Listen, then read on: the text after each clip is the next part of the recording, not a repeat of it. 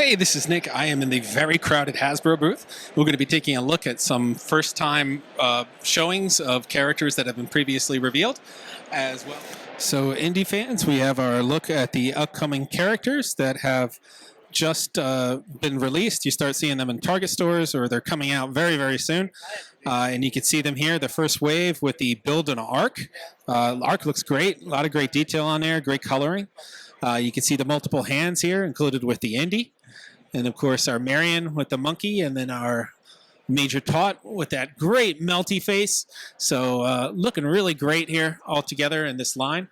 Let's not forget Sala, the sidekick here as well, looking great with some coloring.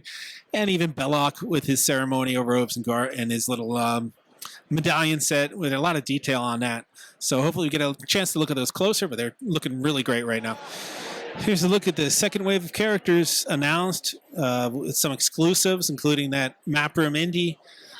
We have the Kazim, also a Target exclusive from Last Crusade. And then we get that Club Obi-Wan Indiana Jones with his shish kebab skewer there, and Antidote, and the Emperor and the Hachi there. And then we got Donovan with his Chose Poorly cup, and then his little withering away skull face head. And then Professor Indiana Jones with the shield from Last Crusade as well. Taking a look at the retro collection, we can see the upcoming characters featuring Temple of Doom, Henry Jones Sr. These are Target exclusives. Short Round over here, no card back yet, but looking sharp with his little torch. And then we have the currently released, this is from Last Crusade. So this one features the quick draw action. So you can see it on the card back there, but obviously I can't show it to you. He's in the case there. And then we got our Sala that is also coming out in summer 2023. Now he is going to be a Target exclusive as well, but also shared with Pulse. And over here we have the current wave, including Belloc and the German mechanic, our Indiana Jones, with also featuring a quick draw action, the Marion, and the Major Tot. So these should be on shelves now. I've seen them at some Targets, but should be shipping pretty soon. Starting out with the Indiana Jones case, I wanted to show you guys the Staff of Ra headpiece here with the Map Room assembly block. So that should be coming out pretty soon. And then we got on to the Worlds of Adventure, where we have characters from various movies, including the Dial of Destiny here. And then we got, I guess, another character. This is going to be Dial of Destiny. And then we got that role-play whip that you could get. Not a full scale, obviously, smaller one. And then coming around to the side, you can see the back of that Staff of Ra box. You can see some more characters from either Last Crusade or, Last Crusade. You can tell from the cup, the Holy Grail there. And then, of course, that other larger motor car from Last Crusade.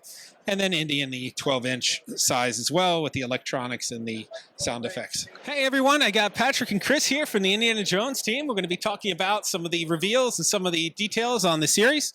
Patrick? Hey, guys. Good to see you again. Hey. Okay, so I have just a couple questions from everyone out there. We've seen what's revealed so far. Just some questions on why we don't have a vintage collection equivalent in the Indiana Jones line. Is that something potentially considered? Or does that depend on product sales and where the line is going at this point? Yeah, I will just say up front, no reflection at all on Star Wars, the vintage collection. I know we get this question a lot. Star Wars, the vintage collection is alive and well, continuing into the future, so no concerns there. When you say was it considered, I mean, Chris and I were both part of that initial brainstorm. A lot of things were considered. We always start kind of white space and drill down from there. Ultimately, and I think we mentioned this in a past interview, but, we delivered a tight line for Indiana Jones. 6-inch, we've never done Indiana Jones in 6-inch scale before, so that was a great opportunity. We've never done retro collection before. We did have the 2008 line that had a lot of 3 3/4 inch figures. Obviously, I know that the 3 3/4 inch world has evolved a lot since 2008, so certainly not saying those figures are at modern standards, but ultimately there's a little more articulation now, kind of more detail, but we felt like that world had been decently represented already, and so we really wanted to focus on new innovation with Adventure Series and Retro Collection. Chris, you have a comment? No, I was going to say the same thing. I mean, I feel like with Indiana Jones, there's I mean, there are a lot of characters, but it's not the vast quantity of characters that we see in our other properties we do. So going back and redoing figures that we had done in that earlier line seemed a little redundant. And like Patrick said, like leaning into newer stuff and 6-inch and retro, and even the Kid Adventure line, like that's all stuff that felt more meaningful and new to bring newness and freshness to Indiana Jones. Yeah, this is interesting seeing the kid lines. This is kind of reflective of the, it's not Jedi Force, but the other Mission Fleet. That's it. Mission Fleet series on the Star Wars line, and you got a great mixture of I don't know if we want to call it sequel trilogy. We were only in 2 in, but maybe sequel trilogy and original trilogy characters there. So we see a lot of vehicles with the Worlds of Adventure. Is that something we might see with either the Retro Collection or the Adventure series? Yeah, I mean, so our panel tomorrow, it's, Star Wars panel, but also we got a lot of Indiana Jones as well. We can't comment on anything that's going to be revealed there. But certainly, yeah, like you said, we love the scale and the possibilities of Worlds of Adventure. Obviously, it grew out of Mission Fleet. Mission Fleet is certainly very vehicle-oriented. As you can see here with our Worlds of Adventure line, we have vehicles, but we also have kind of, smaller environmental sets, creatures as well, like you said, from Dial of Destiny and from the original classic films. So that is where we were really able to explore a lot of those kind of vehicles and creatures, and we think it's a great line to bring the younger kids in. Chris, any comment?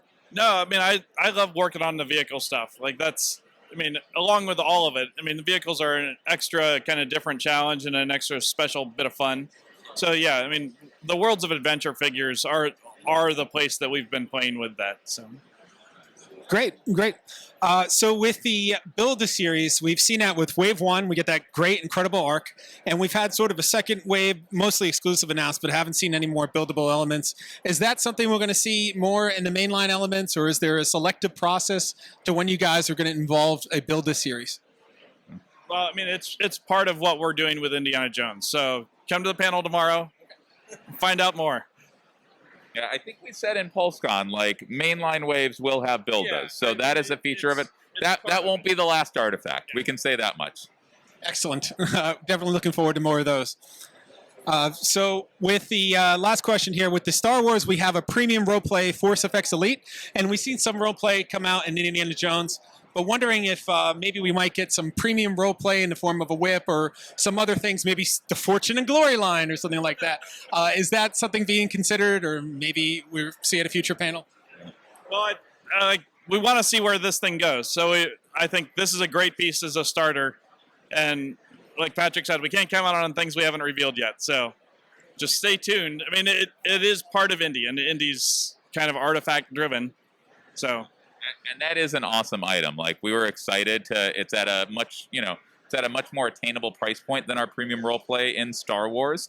I forget exactly what the price point is, but, certainly it's that first kind of, relic we see on the quest to the Ark. It's got the lights around the edge in the middle when you put it in the right kind of slotting point to recreate Indy's journey. So, yeah, we think that's a great option. And, yeah, like Chris said, we'll see where it goes after that. Excellent. And bonus question for Patrick. Young Indiana Jones, Oh, yeah. Is that still possible? Oh, sorry, in the toy line, or am I going to be watching In the toy line. movies? Yeah. Well, we'll see about the toy line, but I do love Young Indy.